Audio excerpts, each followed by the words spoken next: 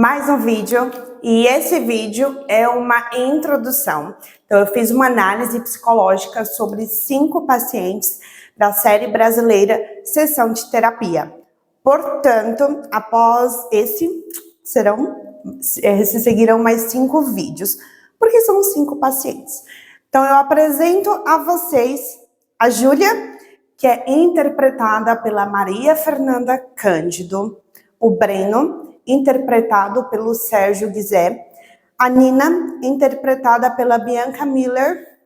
Tem a terapia do casal com o João e a Ana, que são interpretados pelo André Frateschi e a Marina Lima. E também acompanhamos na série a terapia do próprio terapeuta principal, que é o Theo, que é interpretado pelo Zé Carlos Machado. E que depois a terapia individual do Theo, ela evolui para uma terapia de casal. E o Theo, ele é casado com a Clarice, interpretada pela Maria Luísa Mendonça. E a terapeuta do Theo é a Dora, que é interpretada pela Selma Egrey. Todas as 5 temporadas estão disponíveis no aplicativo da Globoplay e já temos aí confirmada a 6ª temporada. Então, essa análise aqui inclui 5 pacientes da primeira temporada. Essa série, ela é dirigida pelo Selton Mello. Eu admiro muito o trabalho dele. Eu li a autobiografia dele, inclusive eu trouxe, que é essa daqui, que eu me lembro, se chama. E depois de a ler, eu passei a admirar ainda mais o ser humano que ele é. Então, esse livro está entre uma das minhas leituras favoritas de 2024. Eu fiz um vídeo, inclusive, sobre as minhas leituras favoritas. Vou deixar o link aqui na descrição. Eu penso que se admiramos alguém, se nos identificamos com os valores humanos de alguém, estou me referindo ao Selton, embora não os conheçamos pessoalmente, sabemos que isso transborda para o trabalho dessa pessoa. O que oferecemos ao mundo é um resultado, é um reflexo do que temos dentro de nós.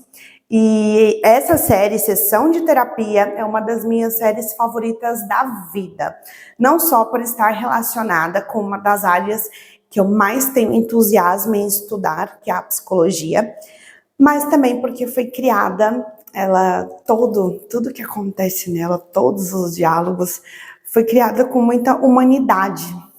E eu acredito que dá para extrair valiosas lições que extrapolam o nicho específico da psicologia. Esses próximos 5 vídeos, eles serão uma análise do meu ponto de vista mais pessoal de cada um desses 5 pacientes. Em raríssimas vezes, eu vou trazer análises do Theo, interpretações do Theo. E quando eu fizer, é mais assim para contextualizar. Afinal de contas, né, se eu não fosse trazer nada de diferente, não faria sentido fazer esse vídeo focado em cada um dos pacientes, né? Porque seria muito mais fácil fazer um vídeo curto para recomendar a série a vocês. Outro ganho que vocês terão ao assistir a série, inclusive um ganho que talvez é que quem nunca fez terapia, o que infelizmente é a maioria. Digo infelizmente, porque sabe aquela frase que fala assim, abre aspas, eu tenho que fazer terapia para lidar com quem não faz terapia. Fecha aspas. Então, é tipo isso. Voltando. Quem nunca fez terapia vai ter a oportunidade de entender a dinâmica do que ocorre dentro do setting terapêutico. E é claro, não nos esqueçamos de que essa é uma obra de ficção e que, portanto, algumas cenas, diálogos, eles estão tanto aumentados para que se possa ali reter a atenção e manter o engajamento da audiência. Então, não levem tudo que está lá, como algo generalizado no processo terapêutico. As questões na série que são trazidas e da forma como estão interpretadas de forma intensa demais, na maneira como está lá roteirizado, contém episódios mais tensos, densos e carregados, né? Então, eu acredito que a série fez dessa forma e escalou a esse nível para fins cinematográficos, né? Na vida real, a carga de tensão no setting terapêutico costuma ser um pouco menor.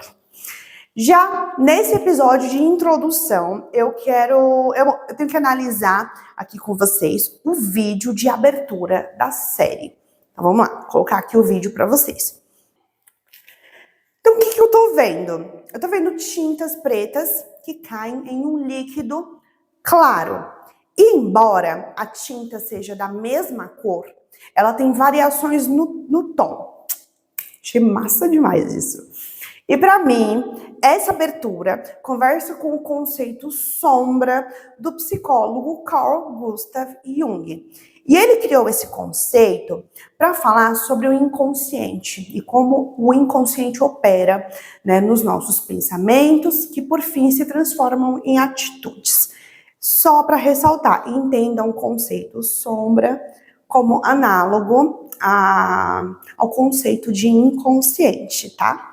O nome sombra é simbólico porque são aspectos, características nossas, mas que temos dificuldade de reconhecê-las como nossas. Portanto, as reprimimos. As relegamos à sombra. Por considerarmos que certas partes nossas são imorais ou são negativas. E uma das maiores vantagens em reconhecer em nós o que rejeitamos é que isso expande um pouco mais o nosso autoconhecimento e o controle sobre as nossas emoções.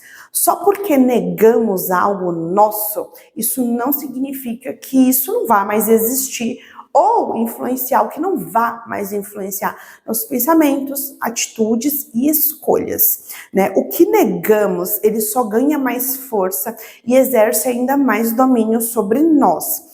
E aí como podem, né, aparecer o que negamos? Pode aparecer nas nossas atitudes imprudentes, irracionais, nos nossos vícios, em atitudes que são desproporcionais para uma situação.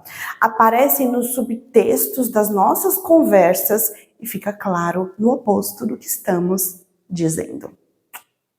É claro que mexer em aspectos que não por acaso estão reprimidos, né? Se foram reprimidos, logo tem uma função a repressão. E a função da repressão é sustentar as mentiras que nos contamos. Porque não conseguimos muitas vezes integrar a visão que temos de nós com aspectos que também são nossos, mas aspectos esses que sentimos vergonha, que sentimos medo. Medo de quê? Medo de sermos rejeitados, ou que vão contra, né, as narrativas internas que todos nós nos contamos.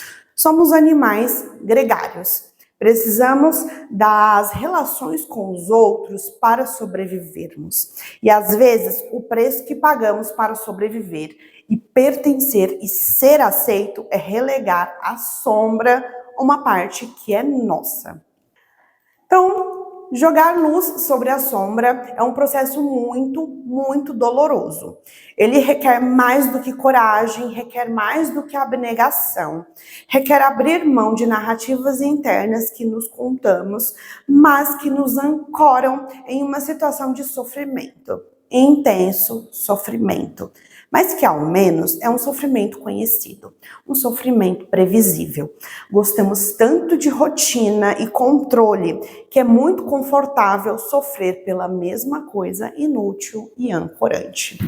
E eu trouxe um livro aqui que é a minha leitura atual, que é O Lobo da Estepe, do Hermann Hesse. Esse livro, ele está repleto de passagens que conversam justamente com o conceito de sombra do Jung. O autor, quando ele lançou esse livro, ele estava profundamente influenciado pela psicanálise. Eu não sabia qual vertente da psicanálise, porque existem muitas. Conforme fui lendo, percebi que é pela psicologia analítica. Ou seja, foi a psicologia que o Carl Gustav Jung criou. E eu vou ler uma passagem bem rapidinha aqui para vocês. Chama a uma parte de si mesmo de homem e a outra de lobo. e com isso acredita ter chegado à meta e esgotado o assunto. No homem, encerra tudo que há de espiritual, de sublime, oculto, que encontra em si. Ou culto, tá bom? Não é oculto tudo junto, é oculto. Que encontra em si. E no lobo, tudo o que há de instintivo, de selvagem e caótico. Mas as coisas não se passam na vida de maneira tão simples como em nosso pensamento, nem tão rude como em nosso pobre idioma de idiotas. E Harry é o protagonista, tá, gente? Se engana duplamente ao empregar esse método tacanho de lobo. Trago essa citação desse livro porque esse trecho é uma outra forma de falar do lado sombra.